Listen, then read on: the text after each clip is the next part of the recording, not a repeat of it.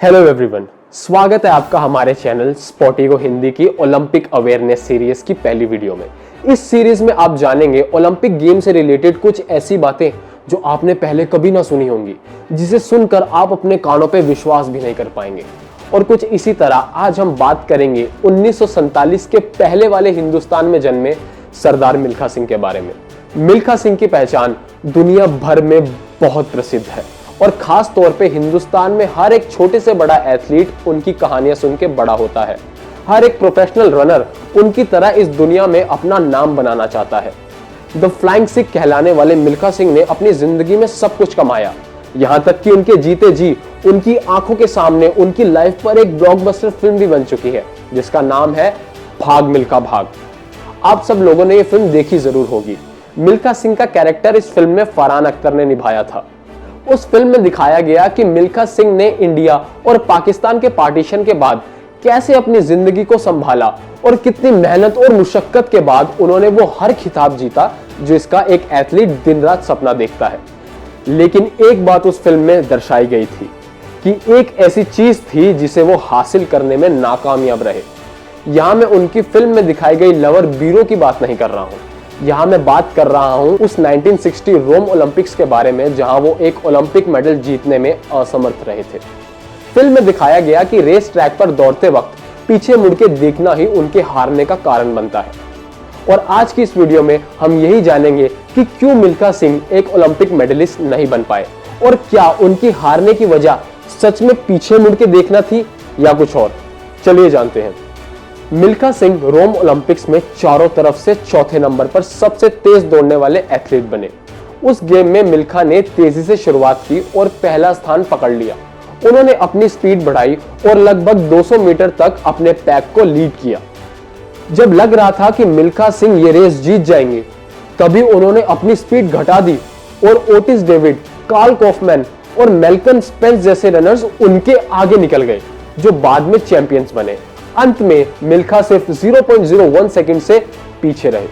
Spence, जो कि Commonwealth games में 1958 में मिल्खा के पीछे दूसरे नंबर पर आए थे, वो मिल्खा को पीछे छोड़कर आगे निकल गए थे। सालों बाद भी मिल्खा ने अक्सर बयां किया है कि रोम ओलंपिक्स में चौथे स्थान को पाना कितना दिल तोड़ने वाला मंजर था। हकीकत में एक इंटरव्यू में उन्होंने कहा था कि वो ओलंपिक्स की उस हार को अपनी अंतिम सांस तक नहीं भूल पाएंगे। जब उनसे उनकी हार का कारण पूछा गया तो उन्होंने बताया कि सेमीफाइनल्स और फाइनल्स के बीच में 2 दिन का गैप था। उन 2 दिनों के लिए मिल्खा पर बहुत ज्यादा प्रेशर था।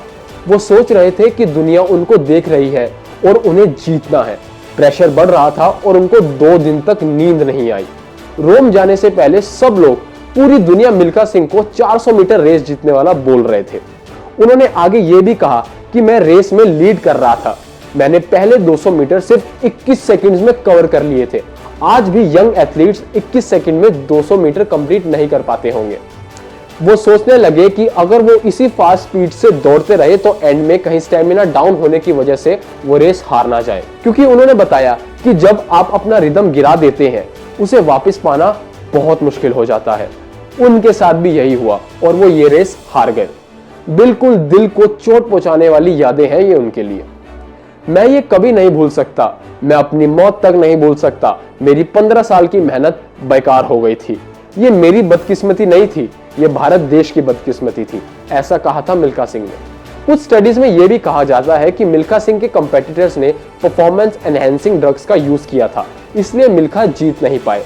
और दूसरी तरफ यह भी पता चलता है कि उस समय ऐसे कोई भी ड्रग्स या मेडिसिन नहीं बने थे जो आपकी परफॉर्मेंस को एनहांस कर सके। इन दोनों में से कौन सी बात झूठ है और कौन सी बात सच, ये राज भी अब मिल्खा सिंह के साथ जा चुका है। लेकिन हम एक हार को देखते हुए इतने ऐतिहासिक करियर को नजरअंदाज नहीं कर सकते। उस हार के दर्द के बावजूद मिल्खा का वारिस चमक रहा है। उन्होंने सिर्फ एक दौड़ने वाले से ज्यादा किया, मुश्किलों को पार करके सपनों को पकड़ने का। मिल्खा सिंह तो अब हमारे बीच नहीं रहे, लेकिन उनकी याद हमारे दिलों में और इस देश की मिट्टी में हमेशा जिंदा रहेगी। चलिए आज के लिए बस इतना ही। अगर आपको ये वीडियो पसंद आई तो प्लीज इसे लाइक कर दें और इस चैनल को सब्सक्राइब कर लें और हमें कमेंट करके जरूर बताएं कि आपको ऐसे ही स्पोर्ट्स पर्सन की कहानी सुननी है या नहीं।